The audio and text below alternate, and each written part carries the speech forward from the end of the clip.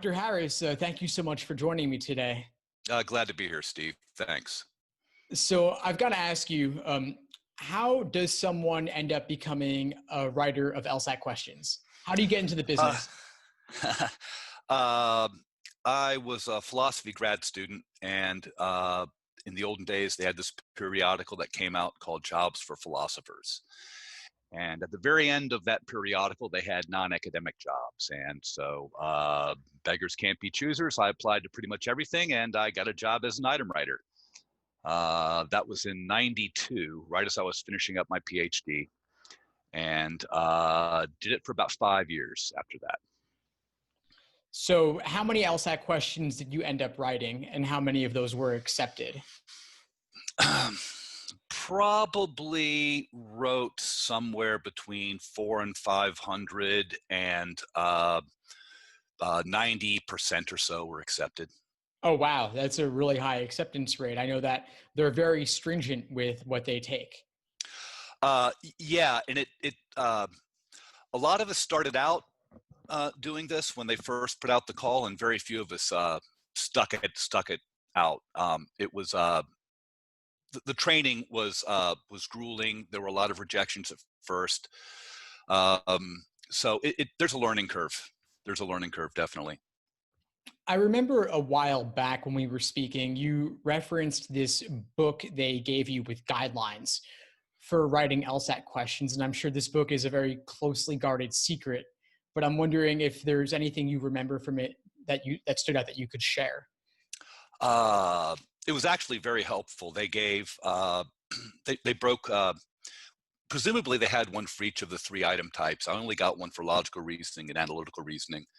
But not only would they give exemplars of good items, but they also gave examples of common mistakes to make.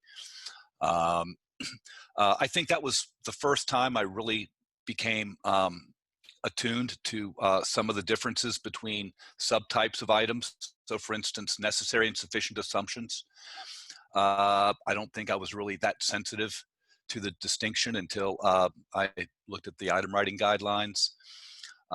Another thing that struck me is how what counts as an inference in logical reasoning is different from what counts as an inference in reading comp.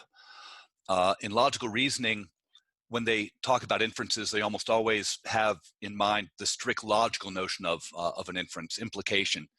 Whereas in reading comp, it's much more like a psychological notion. So somebody who says this probably has this, what other idea bouncing around in their head, and that getting used to that distinction took a little while too. Oh, wow. That's a really interesting point. So maybe it's a bit more looser and a bit more reading between the lines when it comes to reading comp, would you say? Absolutely. So when I talk about this to students, uh, invariably somebody has some food or a drink on their table or whatever, and we'll have just covered logical reasoning assumptions, which are, for all intents and purposes, missing premises of one type or another.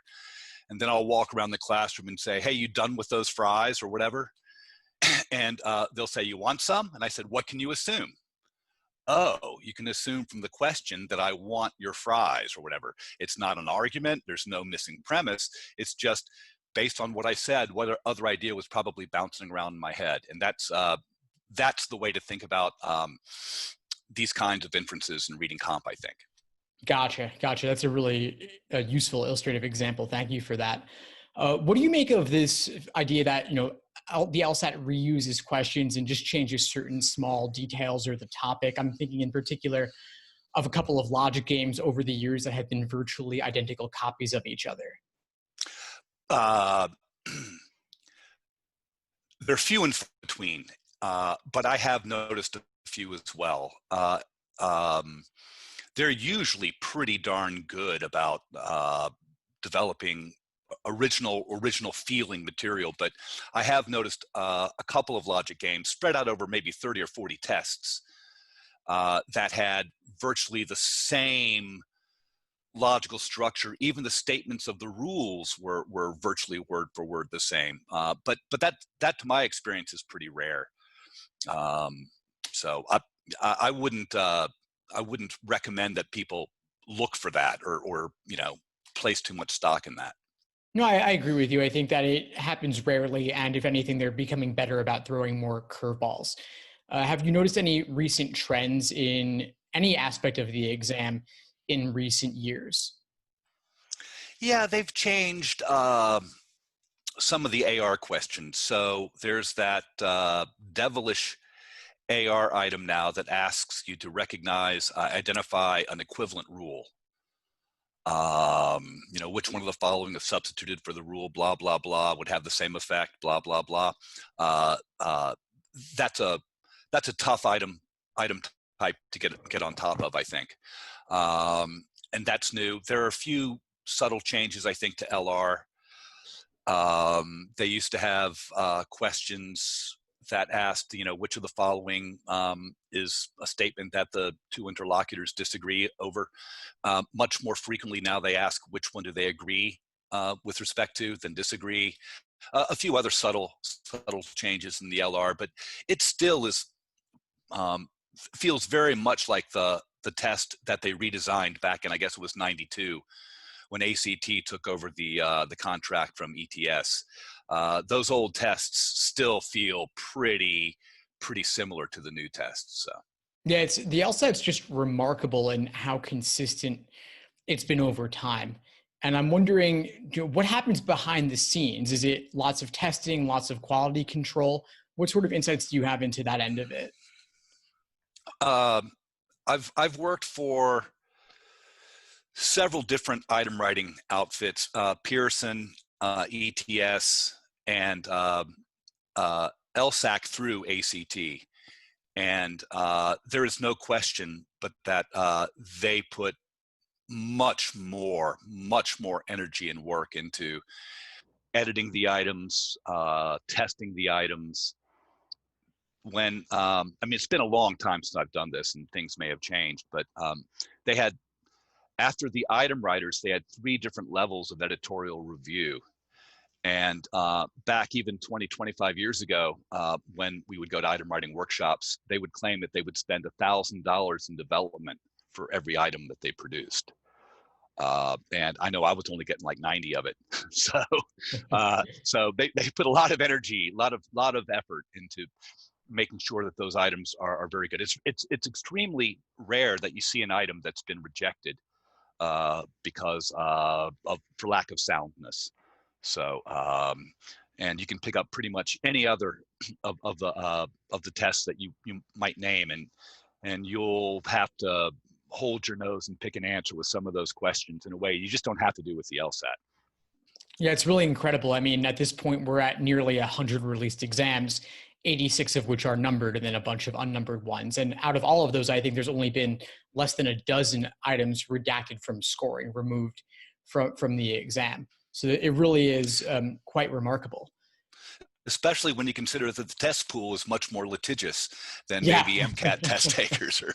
Yeah, I'm sure pre-laws are definitely challenging questions more than pre-meds, I would think.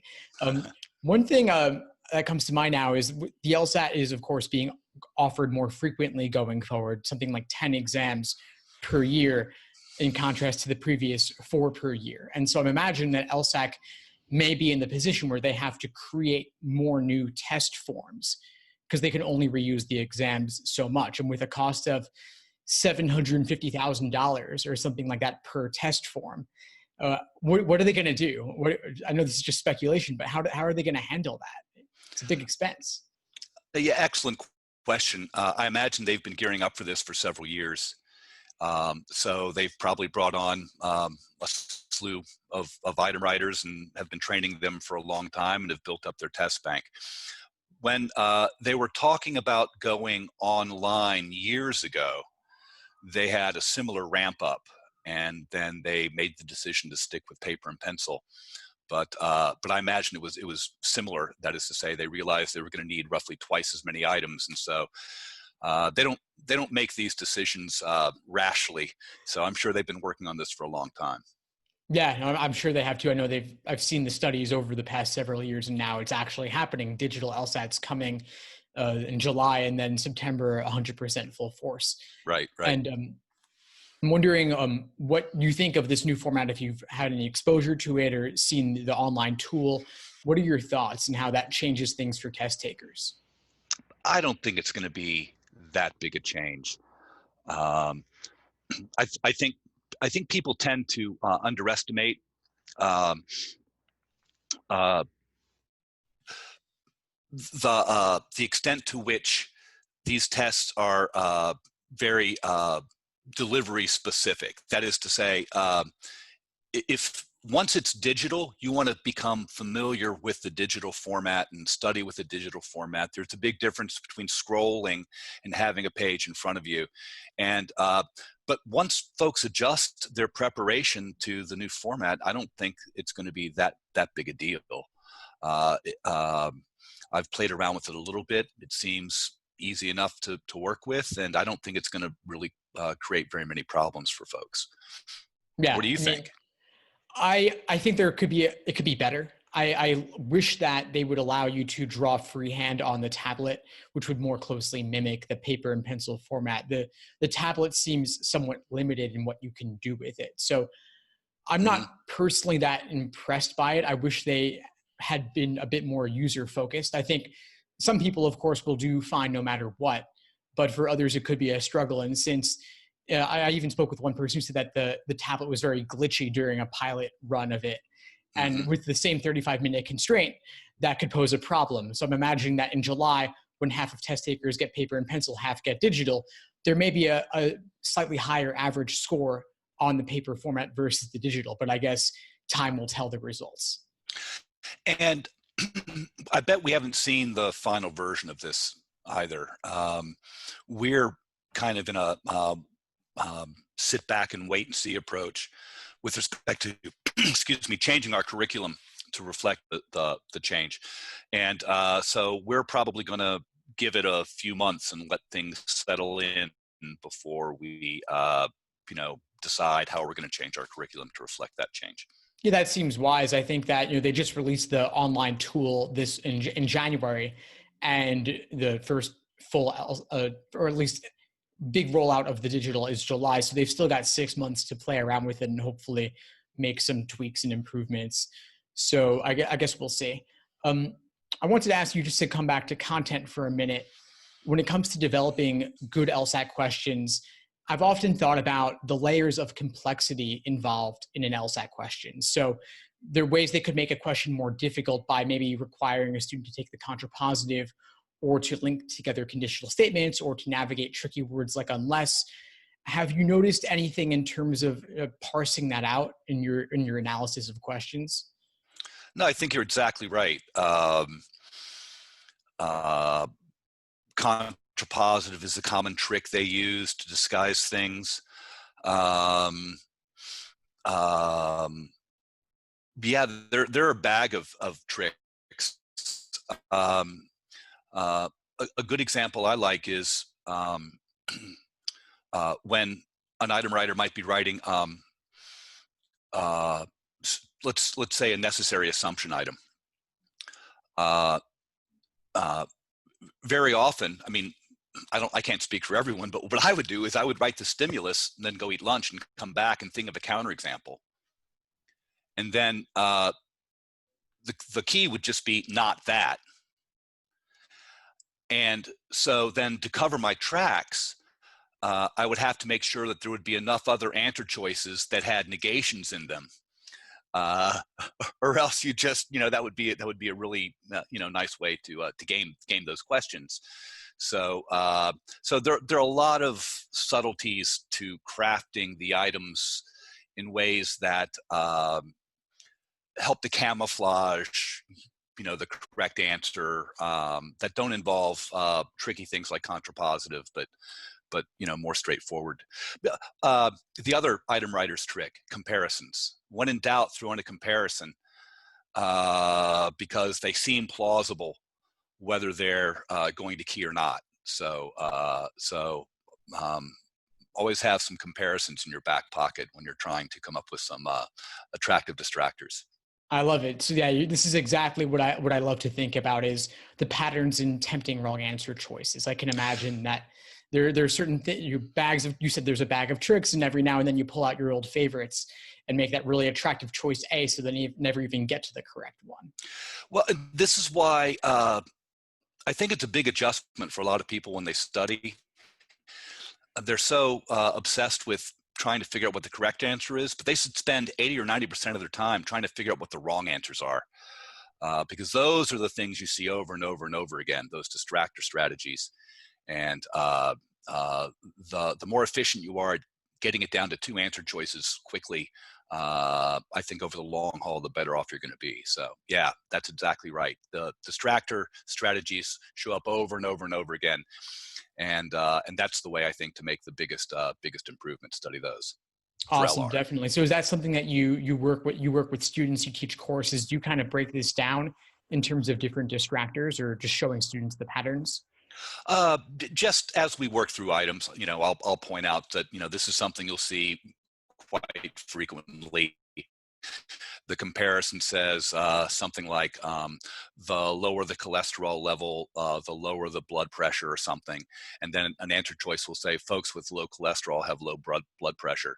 And that distinction between an absolute and a comparison shows up all the time, right? So fortunately, the items themselves teach all these lessons. It's just a matter of, as you're working through them, like sightseeing, like bird watching. A lot of this is like bird watching. It really is. It's all sort of staring you in the face, but unless somebody says, no, notice the little tuft, or notice the band around the leg or something, right? And once you see that, you can't help but notice it again. But yeah, it's all sort of obvious if you know what to look for. Yeah, if you know what to look for, exactly. And so I think I love that example with the bird watching. You're kind of looking for those small details, those small nuances, and spotting what's the method of reasoning or the trick underlying a question to help you unlock it. Absolutely.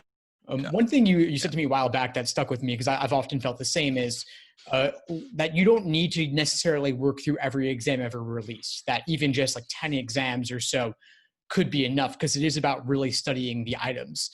Could you talk a bit more about that, and maybe what you recommend students look for when they're analyzing their thought patterns, analyzing questions, et cetera?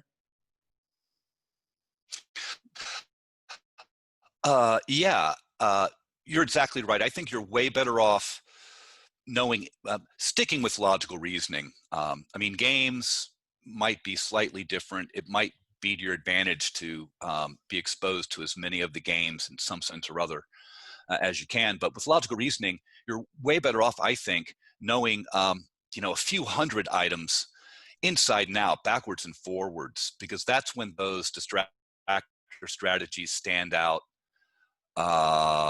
Once you really understand the nuts and bolts of these things, the details, how they're put together, why certain answer choices tend to show up, that's when you're more likely to start to get these things right.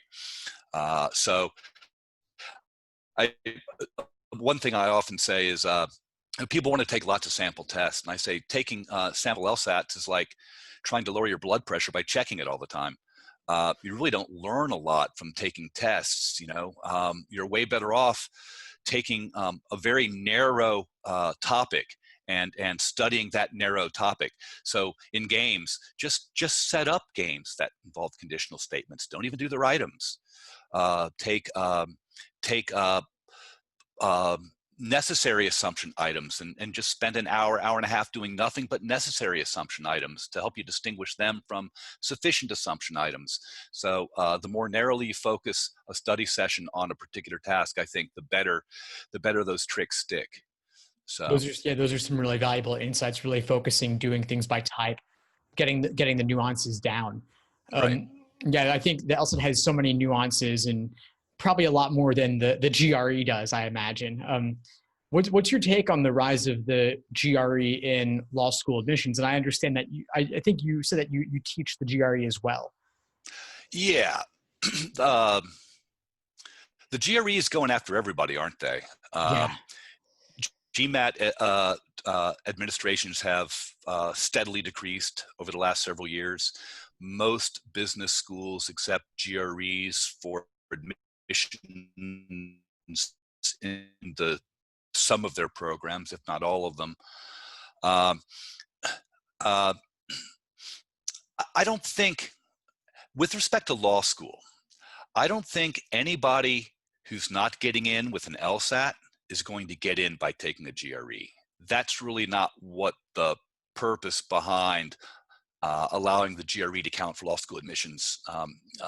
That's really not the purpose of that.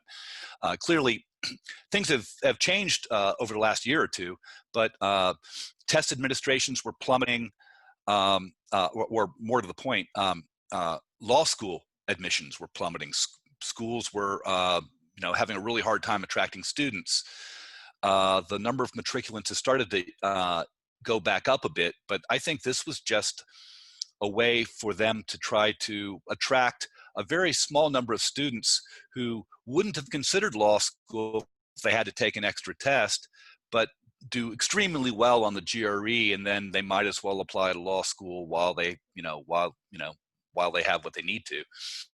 So I don't think it's really to the advantage of anyone who's on the cusp of getting in to law school. I think if you can't get in with an LSAT, you're probably not going to get in with a GRE. Well, that makes a lot of sense to me. And the question also is, how seriously are you taking the law school admission process if you're not even willing to take the LSAT, which is the primary exam for admission and the one that is shown to correlate with 1L grades? Right. Yeah. Well, Dr. House, this has been a pleasure connecting with you. Any final words you want to share with the audience and everyone studying for the LSAT? Boy, I think you've covered a lot of it. Focus on narrow tasks when you study. Most of the time, after you've taken 3 or 4 practice tests, you're probably better off taking a nap than another test. Don't think you have to work through all 80 tests to do well. Grab 10 or 20, understand those 10 or 20 thoroughly. That's probably the best advice I can think of. Solid advice there. Thank you for sharing that. And you teach in-person prep courses for a variety of exams, right? Is there a certain place I can point people to find out more about what you offer, or to follow you, connect with you? Oh, sure, Steve. We're educational testing consultants, and we have a website. There's a little information about my partners there, and that should be anything anybody wants to know about us right there. Educational testing consultants. Perfect. All right. Well, yeah. I was going to say, easily confused with educational testing services, I might add. Yeah, quite a bit of similarity there. You guys are ETC. Yeah. But I'll definitely make sure to link folks there and point them over in that direction. Right, Dr. Harris. ETC, right. Yeah, and thank you so much for joining. I'm sure everyone will really find it valuable. And if you're open to it, I'd love to do this again sometime. Much more pleasant than the dentist, Steve. Thanks. It wasn't as bad as I thought. We can probably do this again. Awesome. All right. Well, I really appreciate it again, sir. Thank you for your time. My pleasure, Steve. Talk to you soon. Bye-bye. Take care. Bye. Thanks for tuning into the show. Please subscribe if you haven't done so already to be notified of new episodes as I release them. And feel free to reach out if you need anything at all as you move forward with your prep. I'm happy to help however I can. In the meantime, I wish you all the best and take care.